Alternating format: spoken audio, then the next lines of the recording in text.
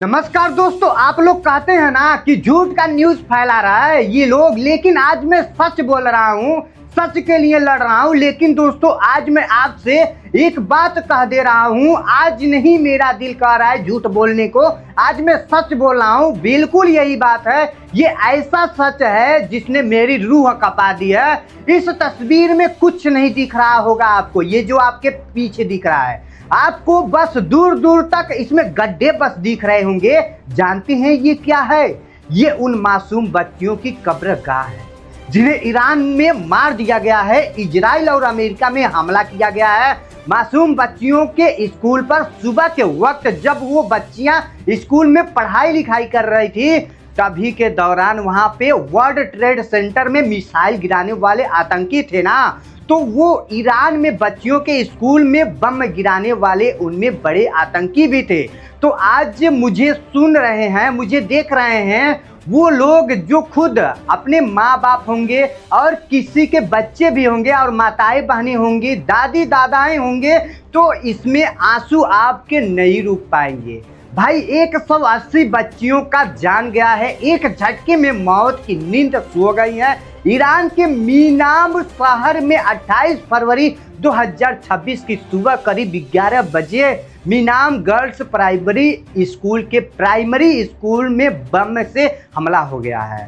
मासूम बच्चियों की मौत की घाट उतार दी गई है, अफरा तफरी मच गई है। 180 बच्चियों की मौत की नींद सो गई है। जानते हैं क्यों? क्योंकि एक सनक से भरा हुआ युद्ध चल रहा है, क्योंकि शक है कि ईरान परमाणु बम का हथियार बना रहा है। एयरवेस पर हमला हो रहे हैं, ईरान के सुप्रीम लीडर को मार डाला गया है और खबरें चली कि कुवैत में भी एयरवेस बंद हो गया है। भाई फ्लाइट बंद हो गया है, कतर का हमला भी हो गया है, दुबई में ये हुआ है, दोहा में भी हुआ है, रिफाइनरी बंद हो गया है। अरे छोड़ दीजिए भाई, युद्ध में कौन जीतेगा कौन हारेगा ये सब छोड़ दीजिए, इंसानियत में तो आइए, हार जाइए। क्या गुजर रही होगी उस माँ के दिलों पर जिसने अपनी बच्ची को सुबह सुबह तो तैयार करके स्कूल भेजा है, पर शाम को अपनी बच्ची का मुंह तक नहीं देखा है।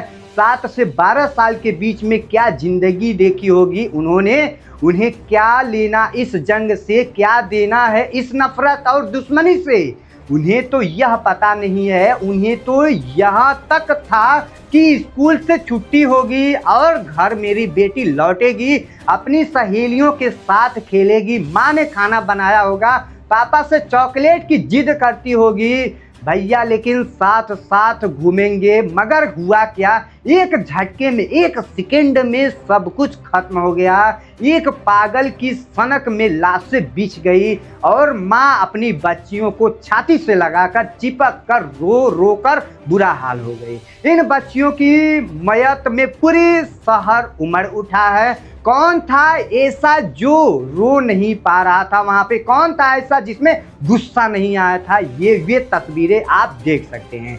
इतनी परेशान हो गया हूं कि क्या बोलूं। मैंने सुना था कि युद्ध के भी नियम होते हैं। सांसद इमरान प्रतापगढ़ का एक शेर सुना था, इस बीच दूध बहे बच्चों के भी ख्वाब हुआ करते हैं, जंग करने के भी आदाब हुआ करते हैं। मगर अफसोस दोस्तों, मातम का यह शोर भी हुक्मरानों के कानों तक नहीं पहुंचते हैं। ढोल पीटा जा रहा है, ये मारा, वो पीटा, वो गिराया, ये एयरबेस धड़ाका, वो बिल्डिंग गिरी गई। अरे भाई, इन बच्चियों पर कौन बोलेगा, कौन बताएगा इन बच्चियों का कसूर? क्या गलती थी इनकी? ईरान में पैदा होना इनकी गलती थी? स्कूल जाना या इनकी गलती थी? खाम नहीं, इनके सुप्रीम लीडर थे, ये इनकी गलती भी। सवाल आज उन मातम इंटरनेशनल अदालतों से भी है, आस्थानाओं से भी है। पूरी दुनिया को शांति बात करती है। इन बच्चियों की मौत पर कब सवाल पूछे जाएंगे? इन बच्चियों की मौत की जिम्मेदार में कौन होगा शामिल? कोई बताए इन बच्चियों के माता पिता को, भाई को, बहनों को। इन मौत का इंसाफ उन्हें कब मिलेगा? भाई कोई देगा इंसाफ? कोई करेगा न्याय? या सब ऐसे ही चुप रहेंगे, सब ऐसे ही खामोश रहेंगे?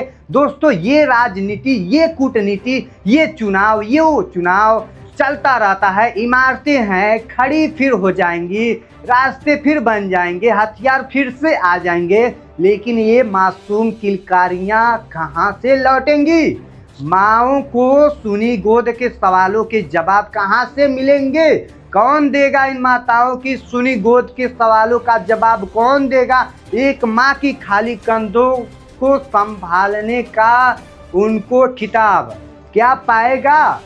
आप महाशक्ति, महाताकतवर, सुपर पावर, दुनिया के बादशाह, चाहे जो चाहे बन जाओ, एक इंसान के तौर पर बहुत बौने हैं। बौने हैरानी होती है कि इस दुनिया के सारे मुल्क इस तस्वीर पर बोलने को तैयार ही नहीं है। कोई युद्ध को गलत बता रहा है, कोई तरीकों को गलत बता रहा है, कोई यह राजनीति कह रहा है, कोई वो राजनीति कर रहा है, मगर 180 बच्चियों की लाशों पर एक फलज मुंह से नहीं निकल रहा है कि गला सूख गया होगा आपका। ये तस्वीर नहीं दिखती, लोगों को ये मंजर नहीं दिखती, और किसी को समय के शहंशाह को ये दर्द नहीं महसूस होता। इन पागल आकाओं को कुछ समझ नहीं आता, किसके लिए ये जंग, किसके लिए ये युद्ध, किसके लिए ये मास्टर प्लान, किसके लिए ये मिसाइल बाजी, और अपने देश के लिए अपना व्यवसाय। तुम्हारे मुल्क का मुकाबिल ये देखा जाए तो हासिल करोगे तुम इस फतेह का? क्या करोगे ऐसी गंदी राजनीति का? क्या करोगे ऐसी जीत का? तुम क्या करोगे भाई? ऐसी जिंदगी का तुम क्या करोगे?